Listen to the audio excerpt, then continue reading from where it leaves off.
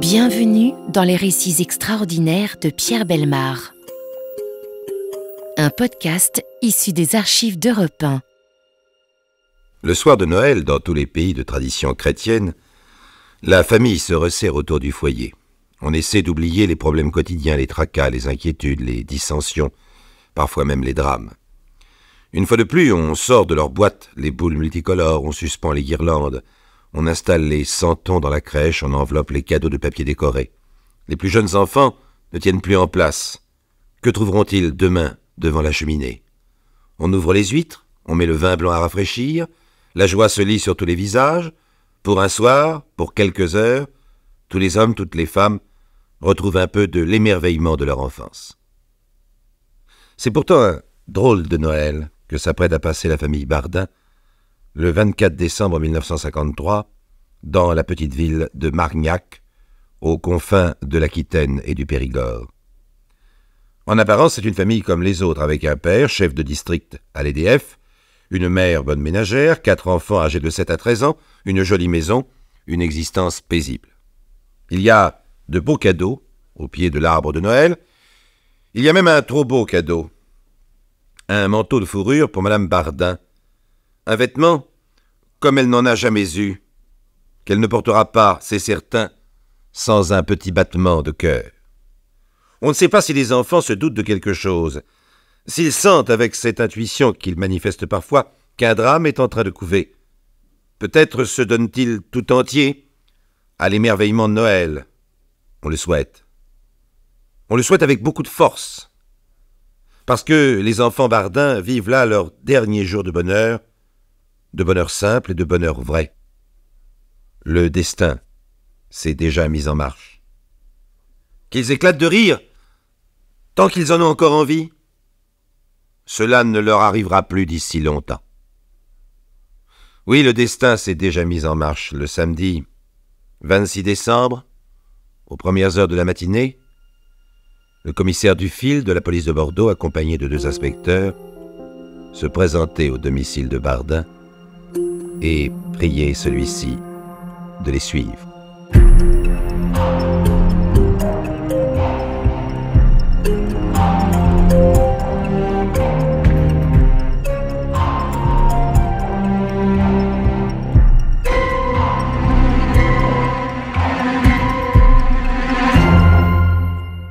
Raymond Bardin a débuté dans la vie quelques années avant la Deuxième Guerre mondiale comme chauffeur à l'énergie électrique du Sud-Ouest.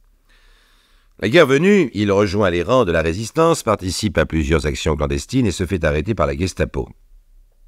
Déporté à Dachau, il a la chance d'en revenir, mais il en revient profondément marqué, prématurément vieilli. Dès son retour, à cause de ses activités patriotiques, il connaît une promotion inhabituelle. Il est nommé chef de district de la toute jeune EDF à Margnac. Malgré l'insuffisance de sa formation technique, il remplit son rôle avec beaucoup de compétences, grâce notamment à sa rigueur professionnelle et à son intégrité. C'est un homme tranquille, au visage déjà lourd, au regard insistant, aux lèvres plutôt épaisses. Ses supérieurs l'apprécient.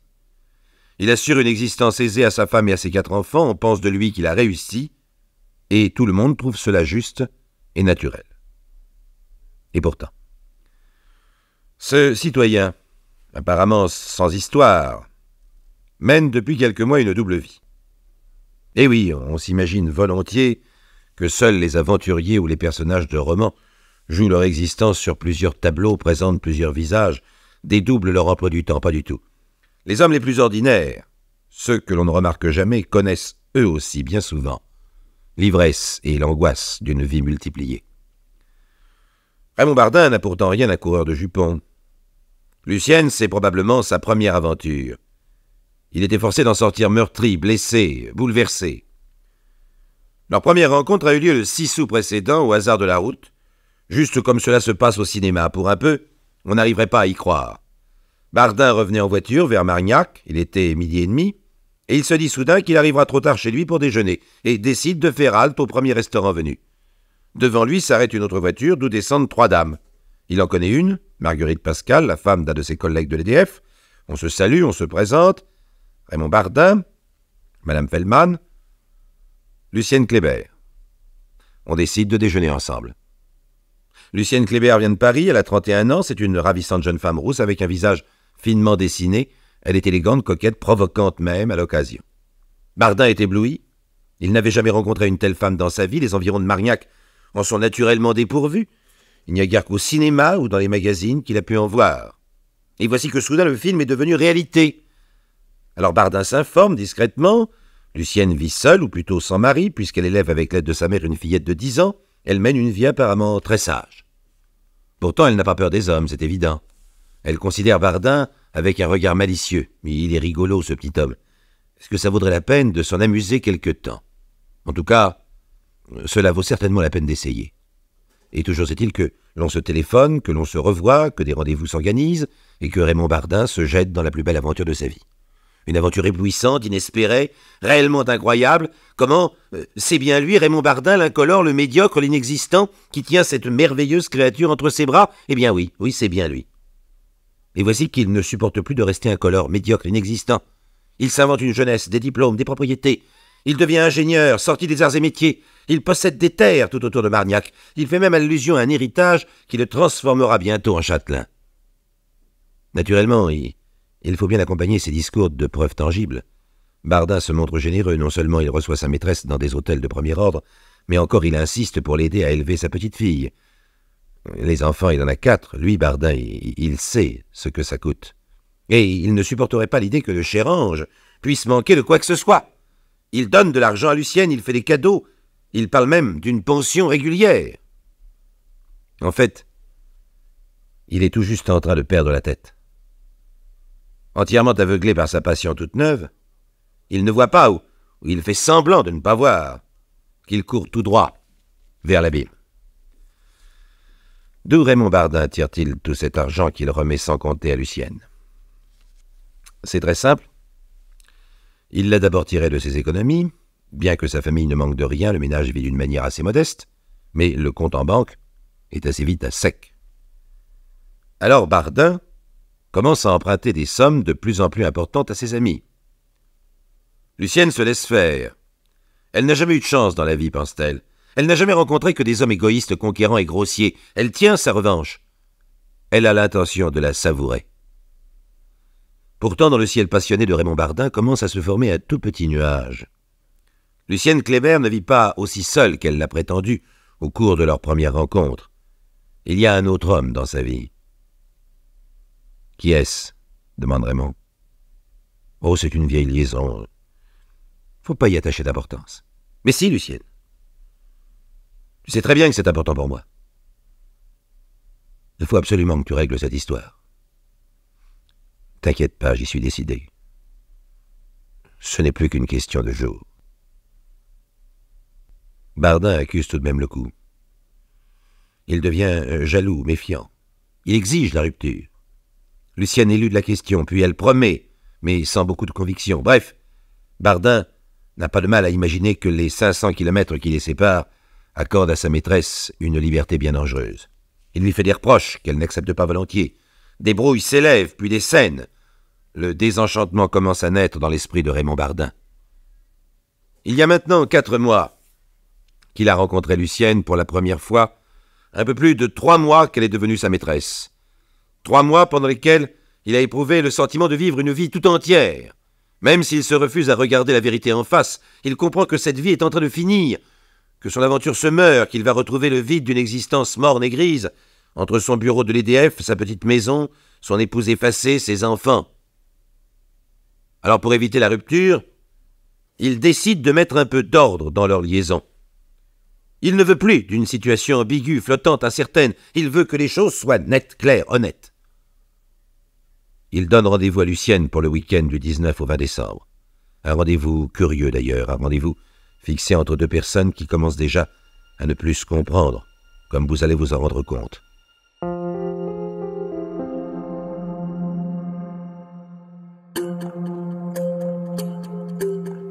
À quoi pense-t-il, le chef de district Raymond Bardin, employé modèle et père de famille, à quoi pense-t-il ce samedi 19 décembre 1953, tandis qu'il roule de Bordeaux à Paris pour y rejoindre sa maîtresse, l'ensorcelante Lucienne Kléber? Il a beaucoup de soucis, Raymond Bardin. D'abord, sa double vie commence à lui coûter très cher. Il a emprunté des sommes importantes autour de lui, des sommes qu'il aura du mal à restituer.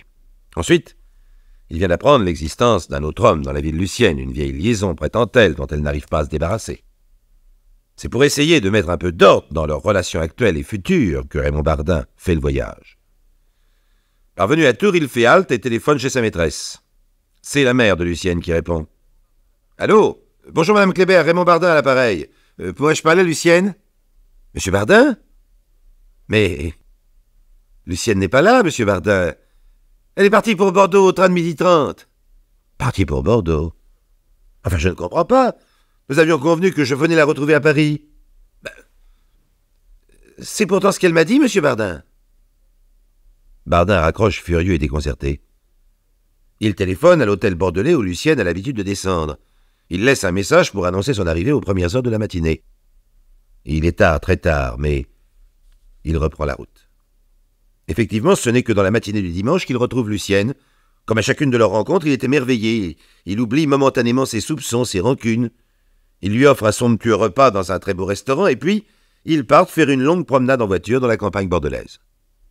Et petit à petit, ces inquiétudes reviennent à la surface. Il est question de leurs allées et venues, de la difficulté qu'ils ont à se voir, de ses problèmes familiaux à lui, de l'existence de cet homme dont elle lui a parlé, dont il ne sait rien, tout ce qui les sépare, les barrières sociales, la distance, les préjugés, l'argent, la jalousie, tout reprend corps, acquiert une consistance de plus en plus ferme, de plus en plus insurmontable. Lucienne ne se montre guère conciliante à la vérité. On dirait qu'elle prend plaisir à irriter Raymond. Peut-être, de son côté, est-elle décidée à rompre. Bien entendu, on ne le saura jamais, mais elle a tort. Elle a tort de pousser à bout un amant jaloux, exaspéré par son attitude, mais aussi épuisé par 24 heures de route, malade de sommeil, à bout de force. Et c'est alors qu'elle recommence à parler d'argent. Il ne lui en donne pas assez, elle en réclame encore. Elle ne sait probablement pas qu'il s'est couvert de dettes. Elle croit toujours au mythe de l'ingénieur propriétaire terrien, futur châtelain. Bardin se sent pris au piège. Il refuse de lui donner ce qu'elle lui demande. Elle s'énerve, elle le brave, elle l'insulte presque. Il roule sur une petite route déserte au milieu d'une forêt de pins. Bardin donne un violent coup de frein qui fait glisser entre eux un objet lourd, dissimulé sous son siège. C'est un pistolet que Raymond ramasse vivement. Prise de panique, Lucienne se jette sur lui pour le lui arracher des mains. Il se défend. Elle se met à hurler. « Mais qu'est-ce que tu crois donc depuis le temps? Tu t'imagines que c'est pour ta sale gueule que je couche avec toi? Tu n'as pas encore compris que c'est ton pognon qui m'intéresse. Tu ne t'es jamais donc regardé, mais c'est pas possible. Lucienne, tu sais à quel point je t'aime. Je me fiche pas mal de ton amour. J'en ai un autre qui m'aime mieux que toi, et que j'aime aussi, et que je n'ai pas l'intention de quitter. » Raymond tire. Il tire 2 fois. Mais bien qu'il soit à bout portant, il manque Lucienne. Il la manque 2 fois. Elle parvient à ouvrir la portière, et tout en continuant de hurler sa haine et son mépris, elle bondit sur le talus. Bardin saute derrière elle. Il a jeté son pistolet, mais il tient un couteau, un vieux couteau qui se trouve dans la voiture et qui lui sert, par temps de pluie, à nettoyer ses garde-boue. C'est à une autre tâche qu'il va lui servir aujourd'hui. Bardin frappe. Il frappe 7 fois, à la poitrine et au ventre. Il frappe cette femme à qui il doit les seuls jours de bonheur qu'il a eus, les seuls jours de soleil d'une existence obscure et qui vient de le plonger dans le plus profond, dans le plus insupportable désespoir. Il ne frappe pas seulement la jeune femme. Ce couteau ébréché qui taille dans une jeune chair, c'est aussi les illusions, les espoirs, les raisons de vivre de Bardin qu'il assassine. C'est sa vie même qu'il réduit à néant. Le meurtrier se relève un peu hébété, les cris se sont tus. Que vient-il de faire? Pour lui maintenant, une très longue nuit va commencer. Une nuit dont il n'a gardé presque aucun souvenir. Ce sont quelques indices plus tard qui permettront d'en fixer les étapes, sans grande précision d'ailleurs. Pour l'instant, tout ce que l'on sait se résume à peu de choses. Bardin ramasse le corps de son ami et le jette quelques heures plus tard, juste avant l'aube, dans la Dordogne, par-dessus le pont de Cubzac. La nuit s'achève, une nouvelle journée commence, la première journée d'une vie d'assassin. Raymond Bardin a prévenu sa femme qu'il ne rentrerait pas avant le lundi soir. C'est un homme ponctuel, c'est donc le lundi soir qu'il se retrouvera chez lui. Que fait-il depuis le moment du meurtre jusqu'à l'heure de son retour? Roule-t-il éperdu dans la campagne bordelaise, épuisé par une journée et demie sans sommeil? S'est-il assoupi dans sa voiture, dissimulé au fond d'un bois? Ce qu'il y a de certain, c'est qu'il repasse 1000 et 1000 fois dans sa tête l'histoire de son amour pour Lucienne et les circonstances du drame. Leur rencontre d'abord dans un restaurant comme au cinéma, l'éblouissement provoqué en lui par cette jeune femme élégante, l'émerveillement de la tenir quelques semaines plus tard entre ses bras, l'argent qu'il lui a donné, un argent qu'il a dû emprunter auprès de différents amis, dès que ses économies ont été épuisées. La révélation soudaine de l'amant parisien, vieille liaison sans importance, disait-elle d'abord, en fait, liaison plus sérieuse, profonde et peut-être complice. Enfin, ce rendez-vous à Bordeaux, la promenade dans la campagne hivernale, le cynisme de Lucienne, ses exigences, son mépris, le désespoir de Raymond et ses coups de couteau affolés, irrémédiables. Et maintenant, il faut rentrer à la maison, retrouver une femme et 4 enfants, sourire à tous, préparer Noël. C'est bien de Noël qui va être question désormais. Il rentre pourtant. Il fait tant bien que mal bonne figure. Une nouvelle nuit se passe, une nuit traversée de cauchemars. Un nouveau jour se lève, sur un cauchemar d'une toute autre nature. Un cauchemar en 3 étapes. Première étape, mardi matin, 22 décembre, le téléphone sonne. « Allô, Monsieur Bardin, ici Jean-Pierre Galbaud. Mon nom ne vous dit rien? Vraiment? Je suis l'ami de Lucienne Kléber. Elle devait rentrer hier soir à Paris. Je me suis dit que vous auriez peut-être de ses nouvelles. » « De ses nouvelles? Non, monsieur, non, je n'en ai pas. Pourtant, elle m'avait bien dit qu'elle allait à Bordeaux pour vous y rencontrer. Eh bien, je ne l'ai pas vue, voilà tout. Vous en êtes bien sûr? N'insistez pas, monsieur. » Bardin raccroche. Il s'appuie un instant contre le mur du salon parce que sa tête tourne. Jean-Pierre Galbaud, l'amant de Lucienne. S'il laisse tout être quelque chose, celui-là. Mais il n'aura tout de même pas le culot de se manifester. Il n'aurait pas le beau rôle. Madame Bardin surgit à ses côtés. Elle n'est pas tranquille. Elle ne comprend pas ce qui se passe. Alors elle n'est pas tranquille. Elle veut savoir. Elle a le droit de savoir. Bardin s'effondre. Il avoue.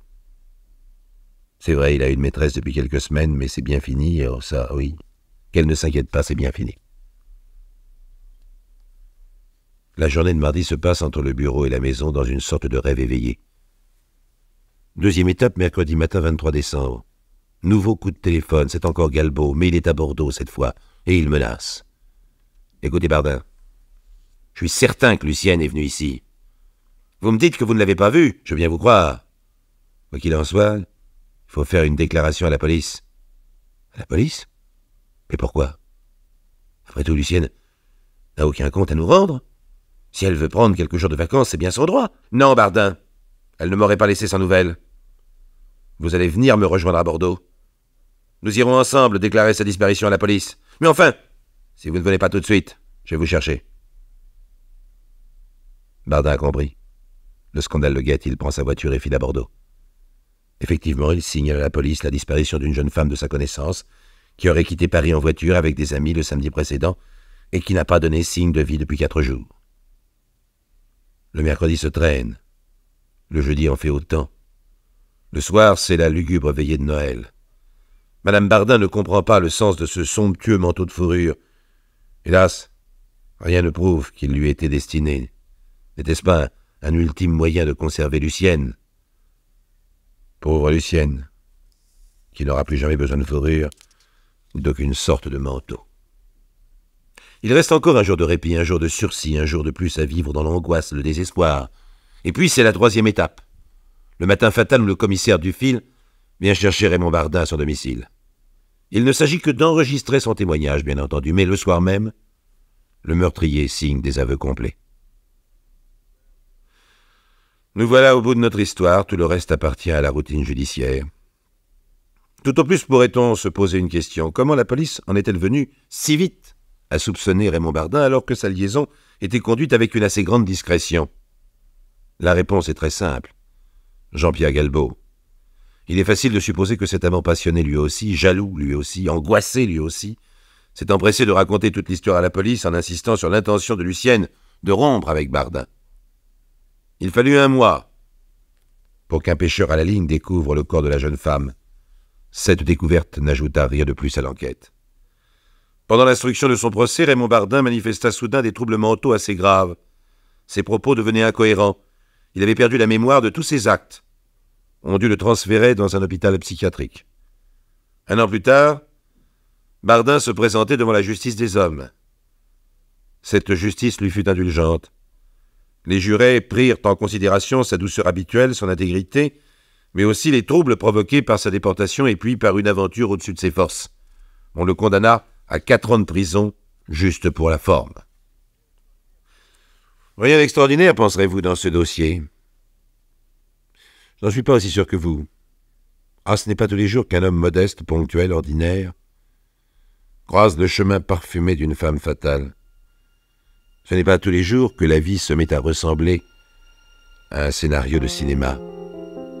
Et naturellement, comme au cinéma, cela se termine très mal.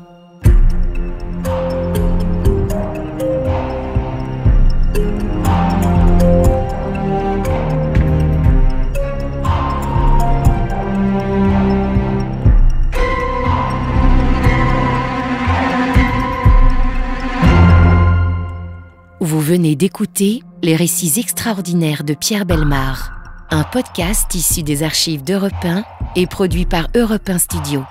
Réalisation et composition musicale, Julien Tarot. Production, Sébastien Guyot. Direction artistique, Xavier Joly. Patrimoine sonore, Sylvaine Denis, Laetitia Casanova, Antoine Reclus. Remerciements à Roselyne Bellemare.